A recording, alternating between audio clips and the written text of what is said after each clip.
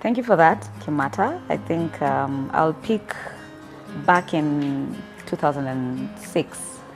I was working for an international company where they had a call center, and we would communicate with clients in a different country where they think or assumed we're in the same country as them.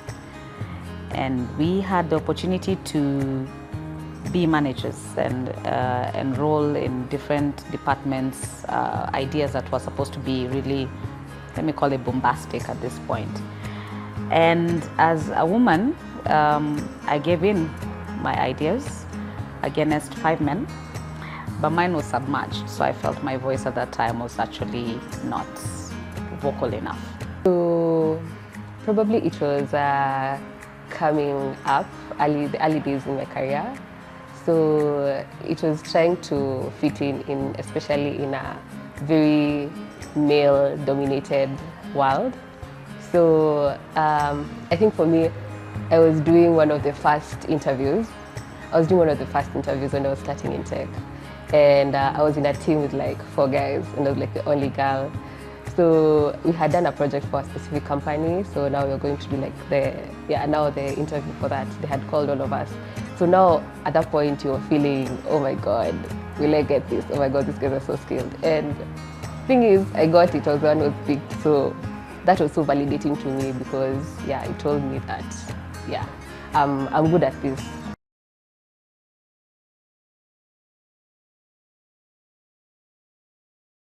Speaking broadly, life-wise, I was in campus and I was living with my relatives and had to move out. So I basically didn't know anyone. But I had this woman, she took me in and helped me get on my feet and supported me after moving out. She would even call me for dinner, So she really believed in me and helped me find my footing in a county where I didn't know anyone or a lot of people. My mom, she was always my biggest cheerleader, hands down. I'll start with my mother because she's my mother. I think most of my personality, even my sales acumen, comes from my mother. She was in business for over 30 years. But I would say career-wise, the woman who made an impact on me to the person I am today would be one of my bosses. I worked under a couple of years ago, still on the travel industry. So she was a new boss. She came when I just came again from maternity leave.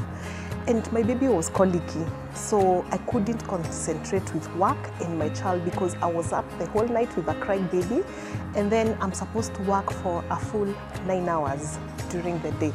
So being myself, and I know I'm a performer, I started feeling like I'm not giving my best. And then one day in our one-on-ones, I decided to just open up my heart. I told this lady what I was going through with my baby and everything. And she did something that I'll never forget. She told me, Nessie, you're one of our most valuable employees and we wouldn't want to lose you. She told me, I will give you 3 options. 1, we extend your leave with another 3 months unpaid. 2, you can work for 2 to 3 days a week and then the other days you don't work. Or you can work for 4 hours and then 4 hours you're not working. For me, I remember after that call, because it was an online meeting, it was a foreign company, I cried because I was so doubtful of myself and I thought I would lose a job I really liked. But guess what? This woman built a confidence in me, and interestingly, things got easier and better. And I continued serving there and being loyal to that company.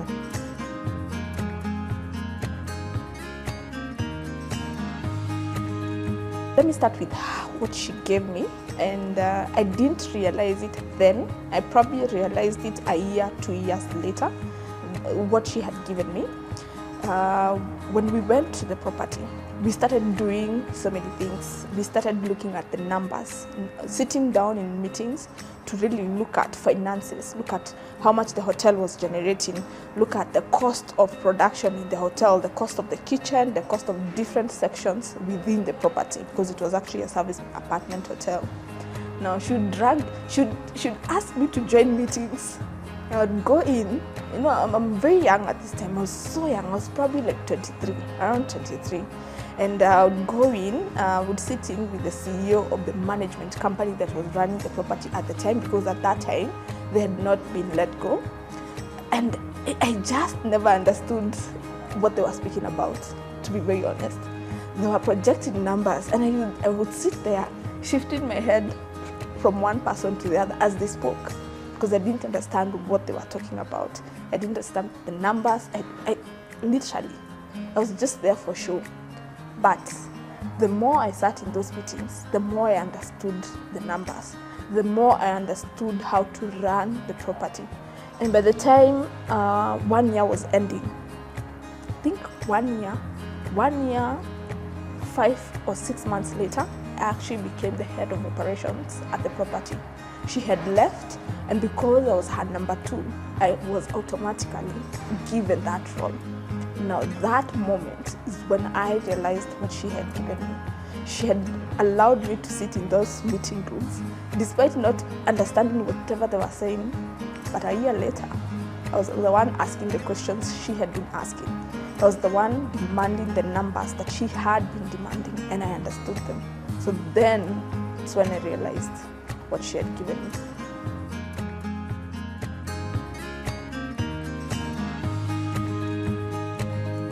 Hey, mine goes beyond. The thanking is by actions of what I show to her, how I take care of her, how I treat her. She's 79 and we still do marvelous things together. In fact, even today morning I was with her. Breakfast, just cook for her. Let her feet be up, relaxed, let her be comfortable. Call her every day. I tell her I love her. Even when I'm on my way home to see her, I'm still on phone with her. If I would write a novel, it will be more than 2,000 pages of just how much I love her and how I appreciate her. I tell her thank you. That gift made me realize that my love language is gifts. So I love receiving gifts and I love giving gifts. And I would have never known were it not for that special moment.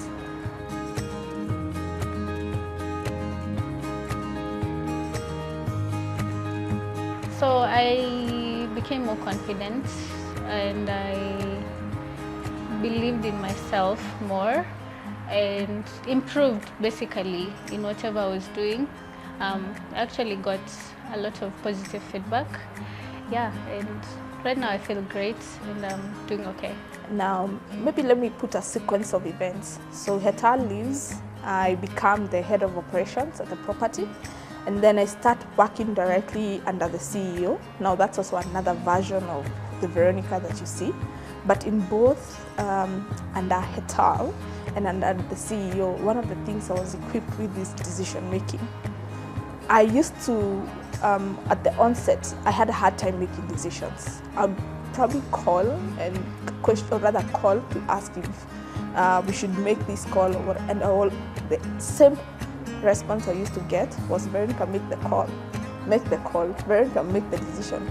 And anytime I would probably make a decision and the consequences are not that good, I'd actually sit in a meeting and say, look guys, I made the decision. And that was it. So I've learned to make decisions, and that's why I'm where I am today. I make decisions.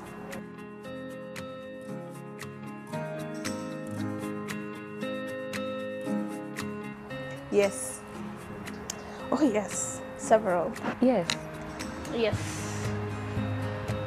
Yes, I do have someone. Absolutely. Yes. She knows who she is, or they know who they are.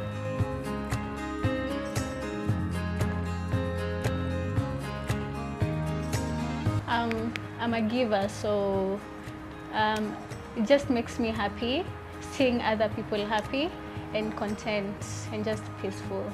Yeah. I think there's a feeling you get when you impact someone? Oh, that's a hard one. I think a lot.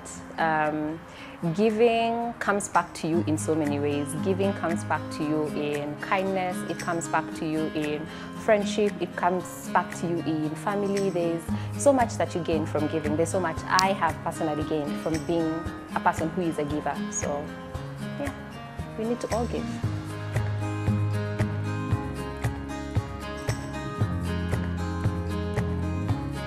To answer you, it's quite exciting because it's always fast-paced. There's always something happening. It's a never boring environment. Being a woman in tech has taught me everything that I know about myself. It's pushed my boundaries. It's made me more creative. It's made me more assertive.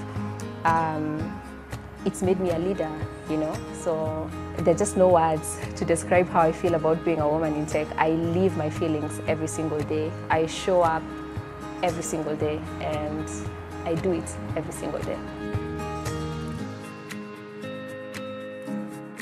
Happy International Women's Day! Yay!